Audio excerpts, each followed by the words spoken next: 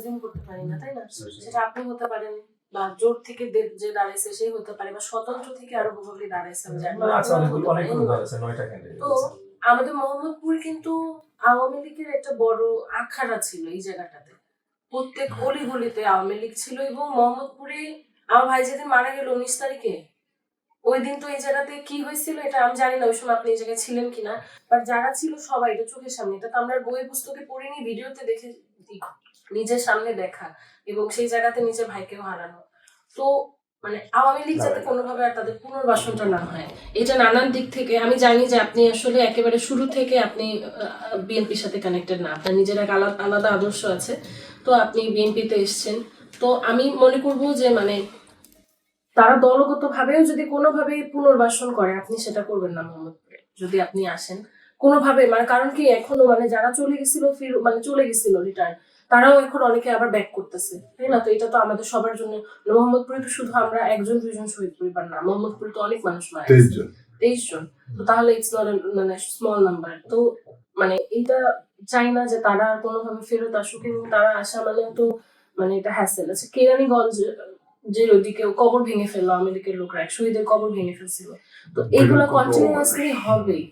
তো এই জিনিসগুলা মানে এগুলা খেয়াল রাখবেন যাতে মানে আওয়ামী লীগ এরা না আসে। আর মোহাম্মদপুরে গ্যাসের প্রবলেম, এই প্রবলেমটা যদি আপনি সলভ করতে পারেন, আমি বলবো আপনি মোহাম্মদপুরের জনমানুষের নেতা হয়ে যাবেন। এটা একেবারে মানে লিখে দিতে পারবো আপনাকে। প্রত্যেক ঘরে ঘরে সেম প্রবলেম, রান্না হয় না। আমার বাসায় 2 দিন রান্না হয়নি, গ্যাস নাই, বাইরে থেকে এনে খাইছি। সবাই তো বাইরে থেকে কিনে খেতে পারবে না। গ্যাসের প্রবলেম যেভাবে হোক আপনার সলভ করতে হবে, যদি আপনি হন মন্ত্রী, আপনার করতেই হবে, এটা কোনো নাই। আমরা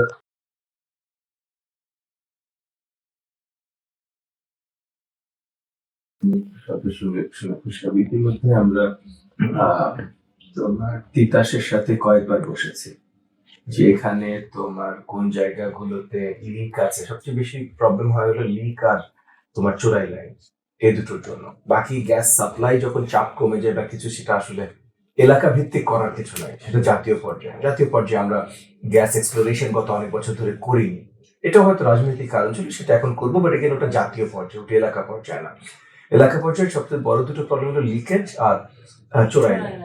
তো লিকেজ পর্যবেক্ষণের জন্য এবং চোরা লাইন বন্ধ করার জন্য ইতিমধ্যে আমরা তিতাসের লোকাল কর্মকর্তা মানে ঢাকা শহর এবং এই এলাকার যারা দায়িত্ব আছে তাদের সাথে কয়েকবার বসেছি। এখন অবভিয়াসলি আমরাও বের করছি কোথায় কিভাবে কি হচ্ছে। তো আমরা এখনো চেষ্টা করছি, আর অবভিয়াসলি সরকার পরিচালনার দায়িত্ব যদি আমাদের উপর আসে, তাহলে তো আমরা আরো শক্তভাবে এই জিনিসগুলো করতে পারবো।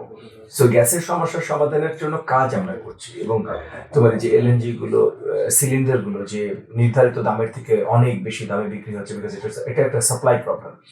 এই সাপ্লাই প্রবলেমটাও কিভাবে আর কি তোমার সমাধান করা যেতে পারে। তোমার যতগুলো পোর্ট আছে আর কি, যেসব জায়গা থেকে আমরা এক্সপোর্ট গুলো আসে, সেসব জায়গাগুলোতেও আমরা ব্যবস্থা করতে চেষ্টা করছি যে আমরা যদি সরকারে আসতে পারি, তাহলে ওই যে জাতীয় সাপোর্টটা থাকবে। সো তখন বোথ সাইডস আমরা কাজ করতে পারবো, যে গ্যাসের সমস্যাটা যেন অনেক বেশি কমিয়ে নেওয়া যায়। আর তুমি প্রথম যেটা বললে, আমরা কোনোভাবেই প্রশ্রয় দেব না কোনো অন্যায়কারী আবার রিহ্যাবিলিটেশন হয়ে যাক, কোনোভাবে প্রশ্রয় দেব না। সেটা বাংলাদেশে আইনের বিচারের পর সেটা ভিন্ন কথা। কেউ আসলো, ধরা দিল, স্বেচ্ছায় ধরা দিল, 10 বছর কারাদণ্ড দিল আদালত, 10 বছর পর সে নর্মাল জীবন আসবে, সেটা ভিন্ন কথা। হ্যাঁ, বাট কোনো অন্যায়কারী আবার মানে তার অন্যায় প্রায়শ্চিত্ত না করে, এবং প্রায়শ্চিত্ত মানে তার মনে মনের কথা বলছি না, মানে লিগাল প্রায়শ্চিত্ত না করে তার কোনো পুনর্বাসন বা রিহ্যাবিলিটেশন, এটা আমরা না করবো। মানে এটা আমি আমার তরফ থেকে বলছি। আমি এখনো বিএনপি না, আমি বিএনপির সাথে নির্বাচন করছি, আমি বিএনপি না, কিন্তু আমি আমার তরফ থেকে বলছি। কিন্তু যেহেতু বিএনপির সাথে নির্বাচন করছি, বিএনপি দলগতভাবে কয়েকটা জিনিস, বিএনপির অনেক নেতা আছে, কেউ একটা কথা বলতে পারে, কেউ ভিন্ন কথা বলতে পারে, বাট দলগতভাবে তাদের যে বিশ্বাস, সেটা সম্বন্ধে আমি জানি, কারণ এখানে আমরা তো একসাথে আছি নির্বাচন। তো তাদের দলগতভাবে সেম বিশ্বাস যে তারা কোনো অন্যায়কারীকে প্রশ্রয় দেবে না, কোনো অন্যায়কারী তোমার রিহ্যাবিলিটেশন হবে না। মোহাম্মদপুরে অনেকেই এখন ওপেন, তারা আবার মনে করতেছে যে হয়তো মানে ওপেন ঘুরলে আগের মতো প্রবলেম হবে না। অনেকেই কিন্তু ব্যাক এসছে এবং ওপেন ঘুরতেছে, কিন্তু সেটা নির্বাচনের পরে দেখা যাবে তারা আরো নতুন করে সাহস নিয়ে নামবে। মানে এই জিনিসটা আমরা চাই না। এবং মোহাম্মদপুর তো আগে থেকে সন্ত্রাসী, ছিনতাইকারী মানুষ, মানে কোনো কাউকে যদি বলি বাসা মোহাম্মদপুর, একটা অন্য নজর দিয়ে তাকায়, মনে হয় আমি রাস্তায় নেমে গেছি ছিনতাই করতে। কিন্তু এই বিষয়টাকে মানে আপনার রিডিউস অনেক বেশি করতে হবে। মানে কি প্রত্যেকবারই মনে করেন ইলেকশন এর আগেও এগুলো মানে একটা প্রপার ইলেকশন ছিল না, কিন্তু তারপরেও তারা তো কত রকমের কথা দিছে, এটা করবো এসে ওইটা করবো, পরে ভুলে যায়, কেউ মনে রাখে না। এখানে একটা জিনিস তো পরিষ্কার বলি, মানে তোমার জায়গা থেকে তুমি এটা আরো ভালো বুঝবে। এর আগে যখন নির্বাচনও হয়েছে, বা বিশেষ করে গত 15-20 বছরের কথা যদি বলো, নির্বাচন হয়নি, কিন্তু যারা তোমাদের কাছে এসে ভোট চেয়েছে তারাই ছিল এই সন্ত্রাসবাদের পৃষ্ঠপোষক। মানে নানক সাহেব বলো বা যেটাই বলো, এরাই কিন্তু ছিল, এরাই চালিয়েছে এই বাহিনীগুলো। তো এরা তোমাকে এসে কিভাবে বলবে, মানে এরা মুখের কথা, এটা অফিসে তুমি জানো, তার মানে মিথ্যা, কারণ জ্ঞান তো তাদের পৃষ্ঠপোষকতায় চলে। তারা জানে তাদেরকে ভোট না দিলেও তারা জিততো।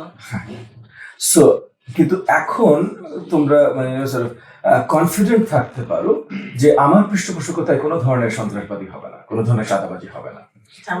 সো আমার পৃষ্ঠপোষকতায় হবে না, সেখানে অটোমেটিক দেখবে কমে যাবে।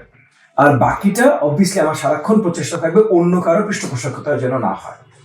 সো আমি আশাবাদী যে আমরা অনেক শক্ত হাতে তোমার এই পুরো মোহাম্মদপুরের এই সন্ত্রাস সমস্যাগুলো দমন করতে সক্ষম।